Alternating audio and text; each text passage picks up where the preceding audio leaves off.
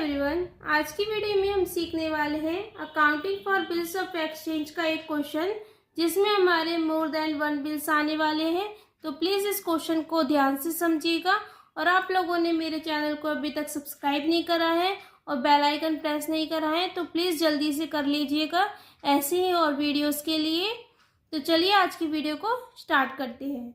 यहाँ पे क्वेश्चन दिया हुआ है, on 1 January 2024 A sold goods to B for 1 lakh received 25,000 in cash।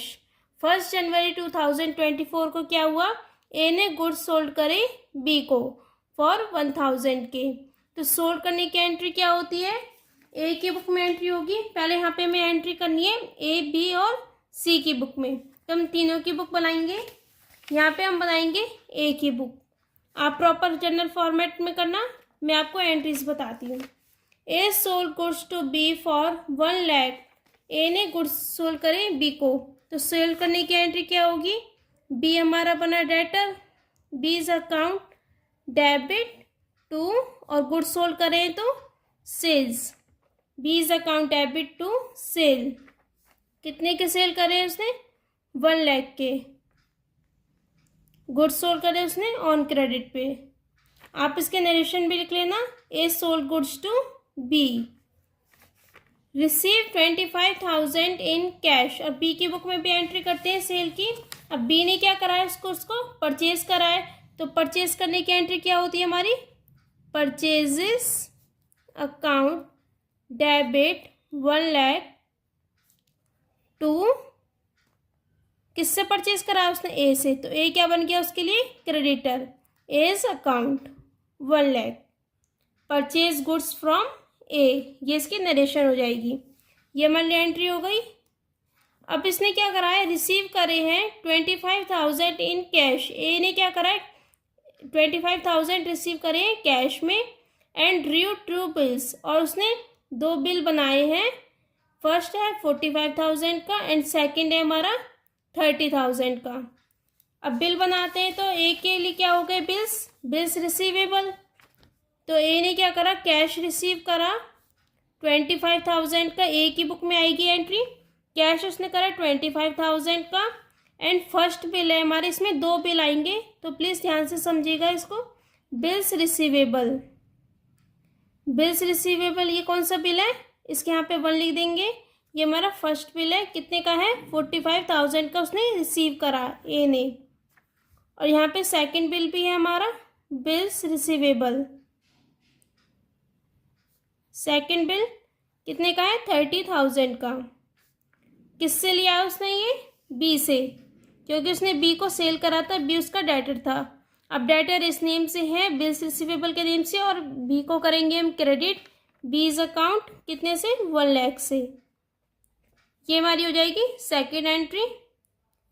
Acceptance उसने रिसीव करी है, उसने बिल ड्रॉ करे है ना, तो bill draw bye A and receive 25,000 in cash. ये इसकी नरेशन हो जाएगी।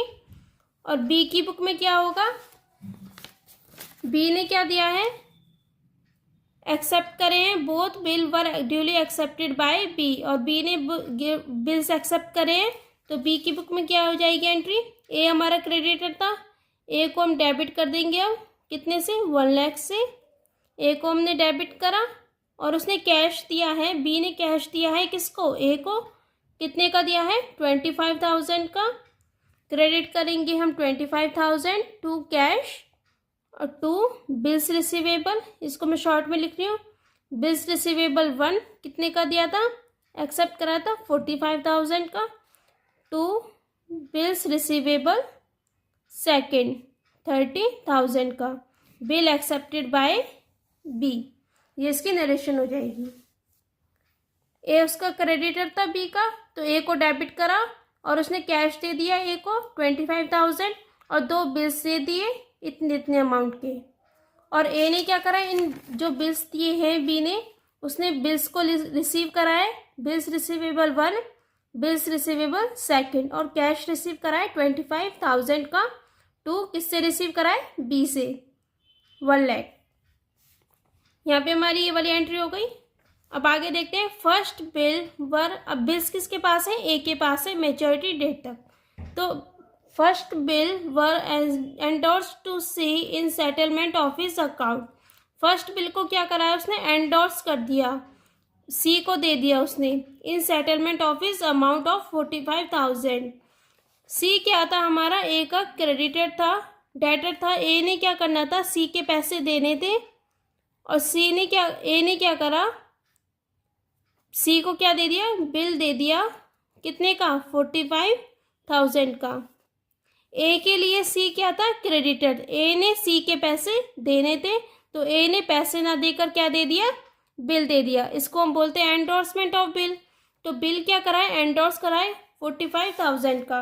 अब ए के पास जो बिल थे उसने एक बिल दे दिया, किसको, सी को दे दिया, बिल्स रिसीवेबल, कौन सा वाला बिल दिया उसने, फर्स्ट बिल दिया है। तो फर्स्ट बिल तो गया ए के पास से, ए की बुक में कितने का गया, 45,000 का बिल चला गया। और किसको दिया है उसने, सी को दिया है। सी उसके लिए क्या था, पहले क्रेडिटर था, अब क्रेडिटर को उसने बिल दे दिया तो क्रेडिटर हो जाएगा हमारा डेबिट, सीज अकाउंट डेबिट, कितने अमाउंट से, 45,000 देने थे, तो उसने सी को क्या दे दिया, बिल दे दिया, और सी को हम करेंगे डेबिट 45,000। अब सी की बुक में क्या एंट्री होगी, सी की बुक में एंट्री होगी हमारी, सी के लिए ए क्या था हमारा, डेटर था, तो डेटर हमारा डेबिट हुआ रहता है, तो हम इसमें करेंगे डेटर को क्रेडिट, एज अकाउंट, ए से उसने पैसे रिसीव करे, पैसे के बदले क्या रिसीव करा उसने, बिल, तो सी के पास क्या आ गया, बिल आ गया, बिल्स रिसीवेबल, फर्स्ट बिल आया था इसके पास 45,000 का, सी के पास बिल आ गया, डेबिट कर दिया बिल को, किससे रिसीव कराया उसने, ए से रिसीव कराए, तो ए को कर दिया credit, bills receivable account debit to A, C की बुक में एंट्री हो जाएगी। और इसके नरेशन लिखेंगे, bills receive from A in full settlement, ये मेरी एंट्री हो जाएगी सी की बुक में।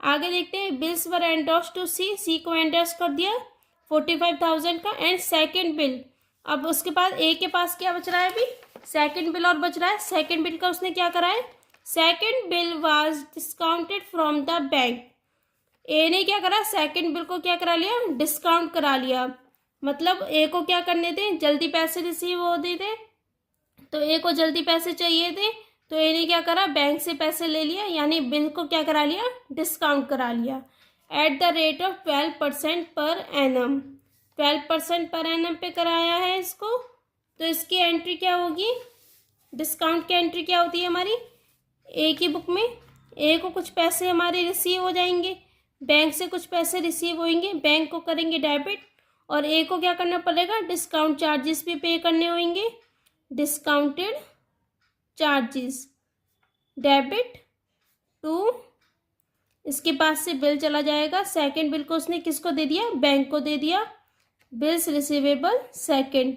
ये डिस्काउंटिंग वाले क्वेश्चन है, इसका लिंक मैं, इसके चैप्टर की प्लेलिस्ट का लिंक मैं आपको डिस्क्रिप्शन बॉक्स में दे दूंगी, तो आप वहाँ से देख लेना डिस्काउंटिंग वाले क्वेश्चन कैसे सॉल्व होते हैं, और यहाँ पे भी मैं आपको बता रही हूँ।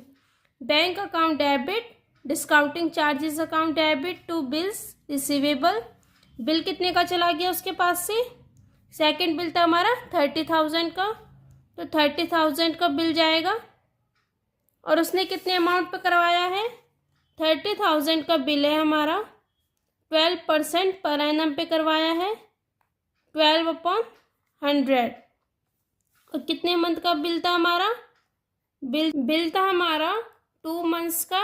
ये ट्रांजेक्शन चल रही थी हमारी 1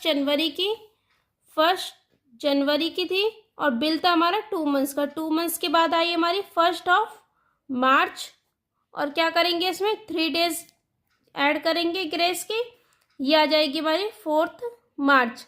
4 मार्च क्या हो गई हमारी, इसमें ड्यू डेट हो गई, 4 मार्च आ गई हमारी ड्यू डेट। अब 4 मार्च हमारी ड्यू डेट है, तो इसको यहाँ पे लिख देंगे ड्यू डेट, ये हमारी ड्यू डेट है। 30,000 का 12% पर एनम पे डिस्काउंट कराया है, कितने मंथ का, 2 मंथ्स के लिए। इसको हम करते हैं सॉल्व, यह आएगा हमारा 600 क्या आ गए हमारे डिस्काउंटिंग चार्जेस, जो ए ने देने हैं बैंक को। तो ए की बुक में ए ने क्या कराया था, बिल को कराया था डिस्काउंट। तो ए क्या करेगा, डिस्काउंटिंग चार्जेस देगा डिस्काउंट कराने के लिए 600 के। ये हमारे यहाँ पे कैलकुलेशन हुई 30,000 का 12% 2 मंथ्स के लिए, जितने मंथ का बिल होता है उतने मंथ्स का करते हैं। 600 हमारे आ गए डिस्काउंटिंग चार्जेस। अब बैंक क्या करेगा, ए को पैसे देगा 29,400 रुपीज़ दे देगा ए को। ये कब रिसीव होंगे, ये सारे जो एंट्रीज हो रही है ये हो रही है हमारी 1 जनवरी को। 1 जनवरी 2024 को ए को पैसे रिसीव हुए 29,400 सेकेंड बिल वाले। अब मैच्योरिटी डेट पे यानी ड्यू डेट पे 4 मार्च को हमारा बैंक जाएगा बी के पास और इसकी पेमेंट लेगा। लेकिन ड्यू डेट पे क्या हुआ है देखना आप, on the due date of this bill both bill were dishonoured. जो हमारे दोनों बिल थे वो क्या हो गए, हमारे डिसऑनर्ड हो गए, यानी बी ने हमारे बैंक इसके पैसे नहीं दिए, बिल के पैसे नहीं दिए। मैच्योरिटी डेट पे एक तो बी गया होगा बैंक के पास, सॉरी बैंक गया होगा बी के पास पैसे लेने के लिए, लेकिन बी ने पेमेंट नहीं करी। और कौन गया होगा, हमारा सी, क्योंकि फर्स्ट बिल किसके पास है, हमारा सी के पास है। ए ने फर्स्ट बिल को एंडोर्स करा था सी को, तो एक तो हमारा सी गया होगा बी के पास और बैंक गया होगा बी के पास, लेकिन बी ने इस दोनों केस में पैसे नहीं दिए, तो बिल क्या हो गया, हमारा डिसऑनर्ड हो गया। अब क्या एंट्री होगी, C has paid 100 and bank has paid 80 as noting charges. अब सी ने और बैंक ने क्या पे करे हैं, नोटिंग चार्जेस। अब इसकी एंट्री देखना, बी की बुक में क्या एंट्री होगी हमारी, नोटिंग चार्जेस किसका एक्सपेंस होते हैं, हमारे ड्रॉई का। तो यहाँ पे देखते हैं, अब सी के लिए देखना, यहाँ पे ए ने क्या करा था, बिल ड्रॉ करा था, सी को एंडोर्स करा था, सी को बिल एंडोर्स करा था, लेकिन सी गया फिर मैच्योरिटी डेट पे बी के पास, बी ने पेमेंट नहीं करी। अब सी क्या बन गया, फिर से ए के लिए डेटर बन गया। तो सी की बुक में ए तो फिर से क्या बन गया, क्रेडिटर, सॉरी क्रेडिटर बन गया ये सीज अकाउंट। ए के लिए क्या बन गया, सी दोबारा से क्रेडिटर बन गया, तो सी को हम कर देंगे फिर से क्रेडिट ए की बुक में। ए की बुक में हमने करा सी को दोबारा से क्रेडिट, और क्या करेगा, बी से पैसे ले लेगा। बी हमारा दोबारा से क्या बन जाएगा, डेटर बन जाएगा ए की बुक में, तो बी को हम दोबारा से डेटर बना देंगे, डेबिट करेंगे, और सी को दोबारा से क्रेडिटर बना देंगे। कितनी अमाउंट से बनाएंगे, फर्स्ट बिल करा था ना इसके लिए 45,000 प्लस, और कितनी अमाउंट थी हमारी, सी ने क्या करा था, नोटिंग चार्जेस भी दिए थे, नोटरी पब्लिक को दिए थे, तो सी ने पे करे हैं नोटिंग चार्जेस, लेकिन सी की तो कोई गलती नहीं है इसमें।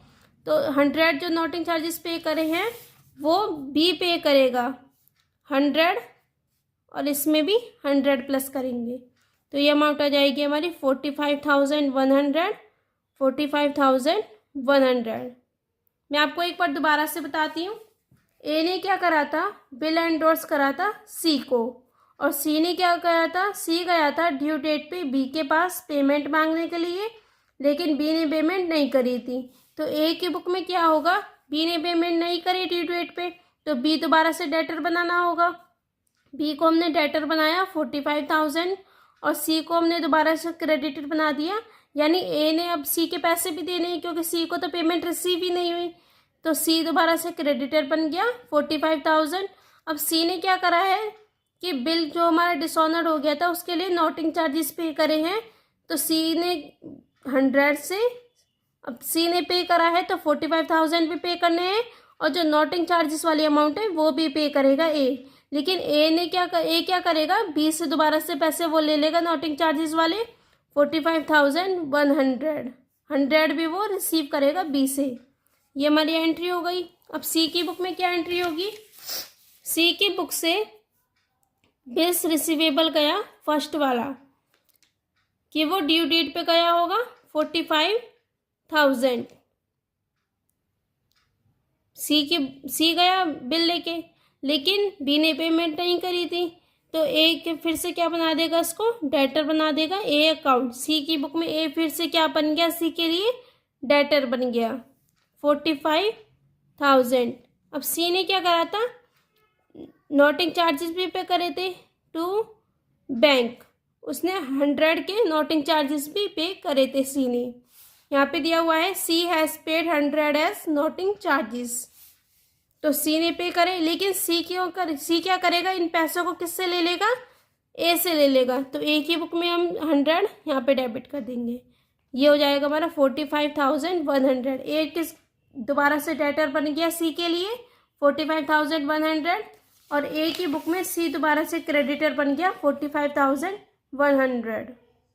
आई होप आपको ये वाला एंट्री समझ आई होगी। अगर आपको इसमें कोई भी डाउट है तो आप मुझे कमेंट बॉक्स में बताना, मैं आपको दोबारा से एक्सप्लेन करूँगी, ठीक है। यहाँ पे और दिया है बैंक ने भी नोटिंग चार्जेस पे करे हैं, तो यहाँ पे दोबारा से देखते हैं।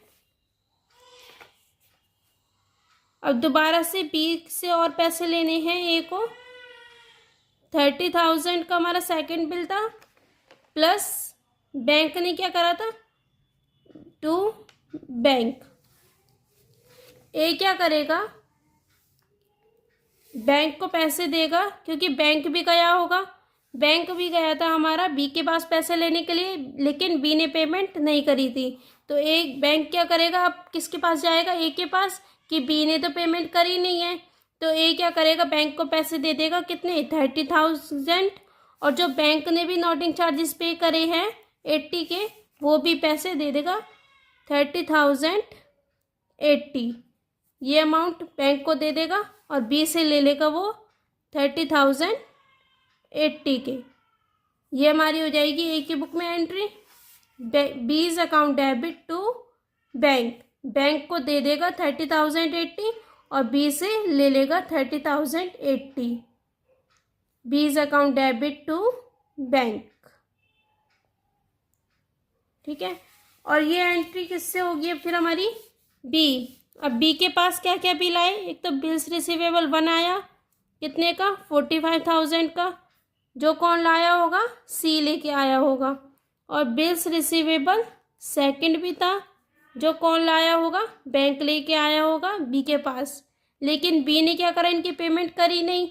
और नोटिंग चार्जेस, जो नोटिंग चार्जेस वाले एक्सपेंस थे वो भी हमारे किसके एक्सपेंस है, बी के एक्सपेंस है। कितने कितने वाले, सी ने पे करे थे एक तो 100 वाले, और बैंक ने भी पे करे थे 80 के, तो 180 के टोटल क्या हो गए, नोटिंग चार्जेस हो गए। और इनकी क्या करेंगे, किसको देगा ये सारे पैसे, ये सारे पैसे देने हैं बी ने ए को एज अकाउंट, ये सारे पैसे किसको देगा, ए को देगा। तो इसकी टोटल आएगा हमारा, ये आ जाएगा हमारा 75,180। ए को पैसे दे देगा, और उसके बाद बिल लेके आया था, सी लेके आया था, बैंक लेके आया था बी, और नोटिंग चार्जेस वाले एक्सपेंस। ये हमारी एंट्री हो जाएगी बी की बुक में।